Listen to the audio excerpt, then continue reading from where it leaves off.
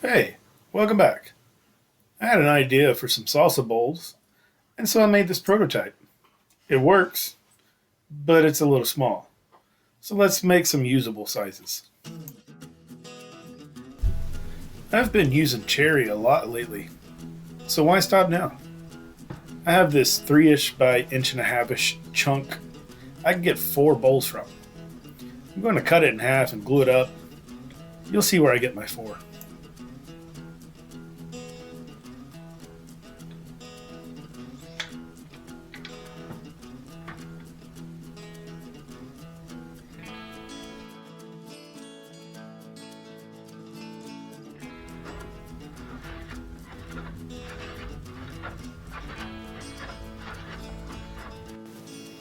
I'm using a number 7 joining plane to square up both edges at once. This way, if I'm a little off, they'll still be coplanar with each other. I've said it before, but I really need to build a new bench. This one is just not made for the abuse of hand tools.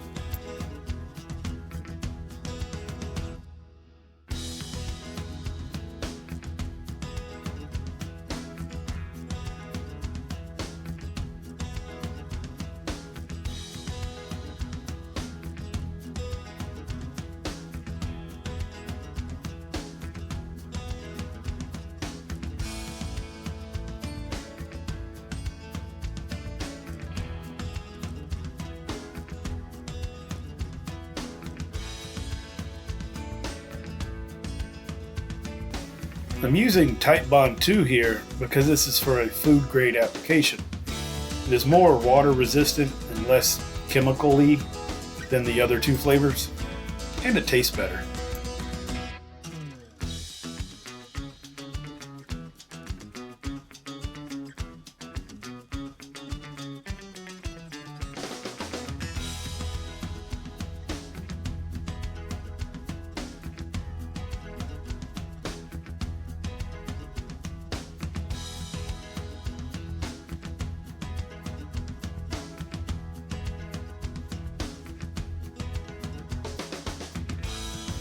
And it's the next day, and we're ready to come out of clamps.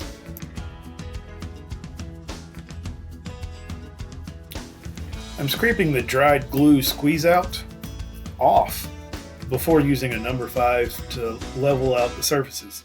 It doesn't have to be perfect because these are going to be turned.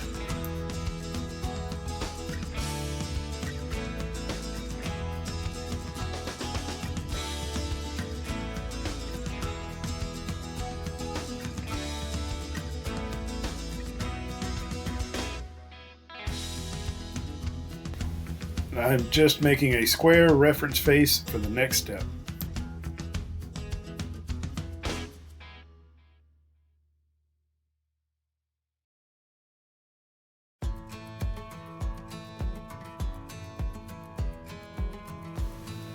I'm trimming the sides to keep the glue line in the center. These will come out to be a little under 5 inches wide.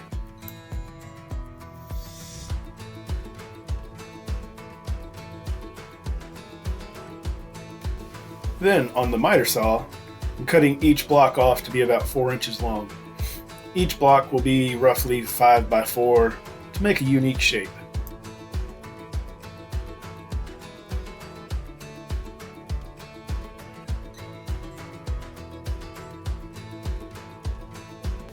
After careful measurements to get center and mark out for the fixture, I can screw it on and get ready to turn the back sides first. And now hang on. It'll make sense in a minute.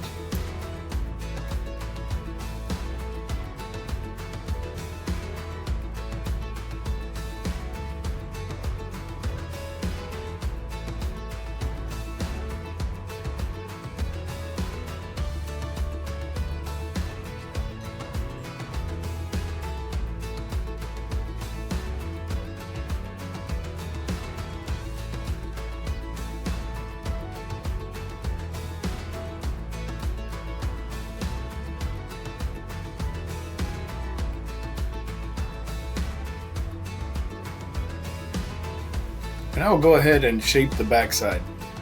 If you don't like this angle, just wait, there's like 3 other angles. You'll see this from the different shirts to indicate that this took place over a few days.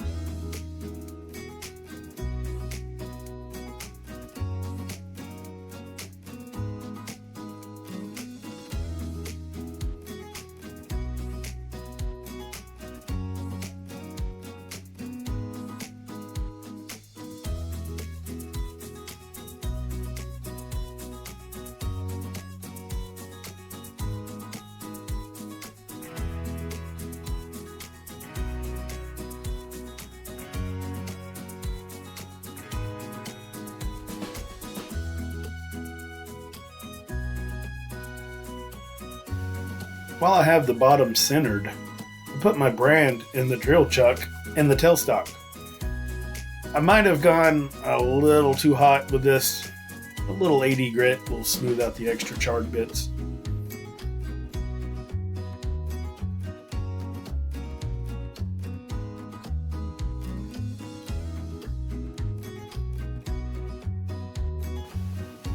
I got all 4 of the back sides turned, and I've put the chuck on so I can work on the front sides.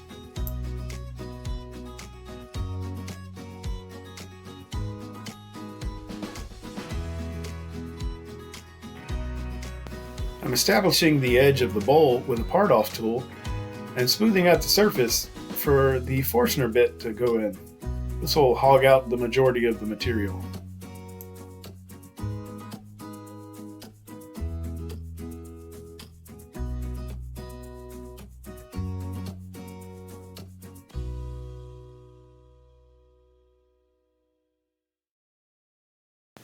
I'm using a 2-inch Forstner bit here, and it's going only about 1 inch deep. This will help from having to sharpen my gouge so much.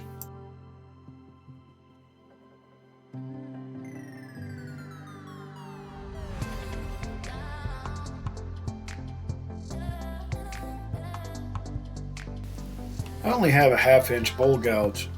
It works pretty good for this application, but I'd need a larger one for larger bowls. I'm eyeballing the slope of the exterior and trying to match it on the interior.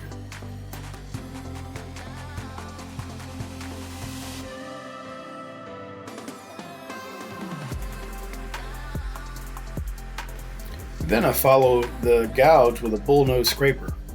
I don't know if it's a negative or positive rake. It's old and it works well. Look, I'm an advocate for all things safety. I've seen several turners using gloves, and I thought it wasn't safe looking.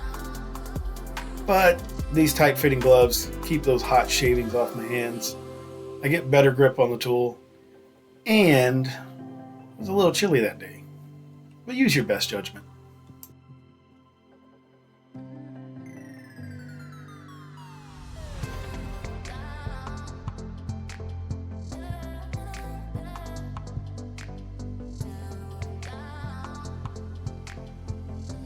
I want the outer edge of the bowl to have a minor outward taper.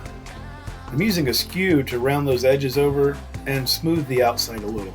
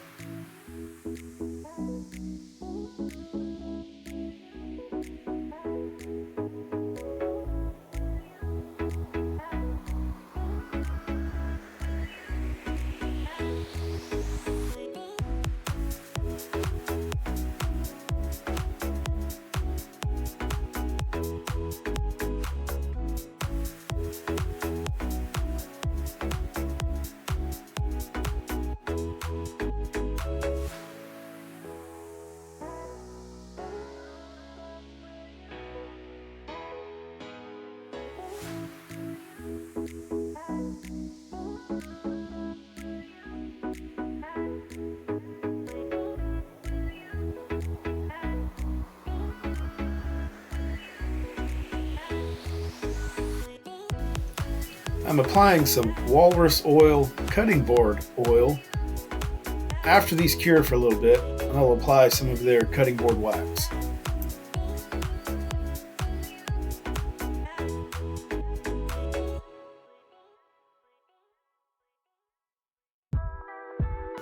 Here you get an idea of the scale I'm going for.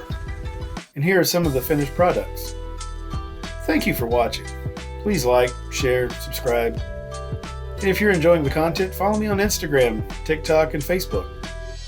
These are for sale, by the way. Contact me on my website if you're interested.